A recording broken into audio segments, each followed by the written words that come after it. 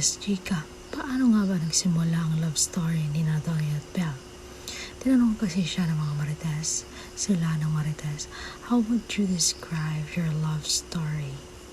Sadly, Donnie, I would say unexpected because we started working with each other and he's into her.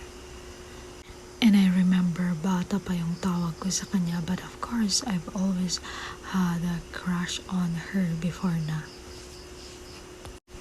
Alam niyo yun, yung tinatawag mong kapatid or bata noon, jowa mo na ngayon.